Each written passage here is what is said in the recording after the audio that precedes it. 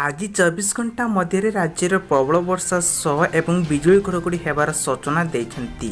वर्षा को नहीं एवं आंचलिक पाणीपाग केन्द्र पक्षर सूचना दी सब जिलागुड़िक को एलर्ट जारी कर तो केउं जिलागुड़िक को अधिक मात्रा वर्षा हम जारी रखु। केन्द्र पक्षर जारी करी कहुई आसंता 2 दिन जाए तापमात्रा बढ़ केन्द्र पक्षर आकलन करपटे एवं अभ्यंतर ओडिशा और आखपाख अंचल एक घूर्णबलय सृष्टि होती।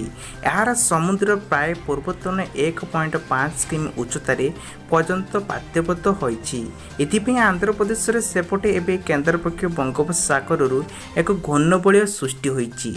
यार प्रभाव में एवं आसंता काली बहुत सारा जिला को घड़घड़ी सह बिजुली होबार सूचना देते।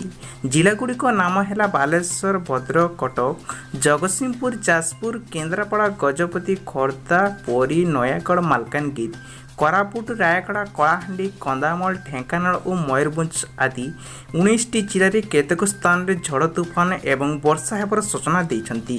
सेपटे गंजाम, गजपति, पुरी, कंधामाल और जगतसिंहपुर आदि जिले में केतक स्थान में प्रबल अति प्रबल होबार आशंका देते सूचना। यह जिला पक्षर एक एलर्ट जारी कर आसंता 1 तारिख मध्य यह सब जिला को बिजुली घड़घड़ी सह वर्षा होबार सूचना देते।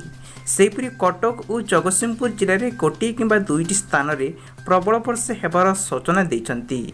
जहां एवं पक्ष राज्य में मौसम स्थिति को अनुदान करापड़ी जून 1 रु 29 सेप्टेम्बर पर्यंत समुदाय 1133 मिमी वर्षा होती। समुदाय एवं स्वाभाविक भाव 1148 मिमी वर्षा हो पारे।